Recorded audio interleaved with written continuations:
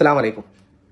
വയനാട്ടിലെ ആ ഒരു വലിയ ദുരന്ത മുഖത്തു നിന്നും നമ്മളൊക്കെ മാറി തുടങ്ങിയിട്ടില്ല. ശരിക്കും ഈ ഒരു വീഡിയോ അവർക്ക് വേണ്ടിയാണ്.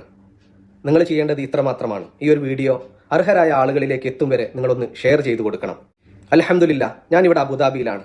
ഇന്നലെ ഗുഡ് ബർഗർ എന്നൊരു സ്ഥാപനത്തിൽ ഞാൻ ഭക്ഷണം കഴിക്കാൻ പോയപ്പോൾ എൻ്റെ മുമ്പെയുള്ള ഏതൊക്കെയോ വീഡിയോ കണ്ടിട്ടാവണം അവരെൻ്റെ അടുത്ത് വന്നു. അതിൻ്റെ കുറച്ച് മാനേജ്മെൻറ്റിലെ ആളുകൾ. ഇവരുടെ മേഖലകളിൽ ഇവർ ഹോട്ടൽ മേഖലയാണ്, റെസ്റ്റോറൻറ്റ് മേഖലയാണ്.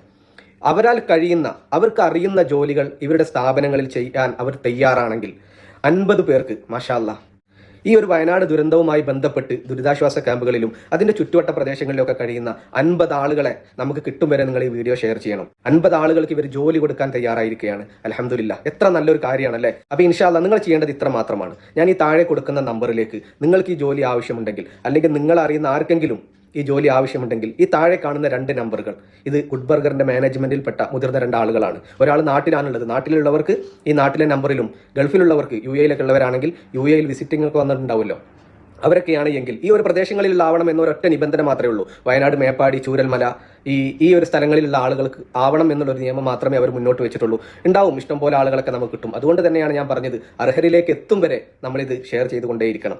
ഇൻഷാ അല്ലാ ഇവരുടെ സംരംഭങ്ങൾ നമുക്കറിയാം. അബുദാബിയിലെ പല സിറ്റികളിലും ഇവർക്ക് റെസ്റ്റോറൻറ്റുകളും കഫ്റ്റീരിയകളൊക്കെ ഉണ്ട്.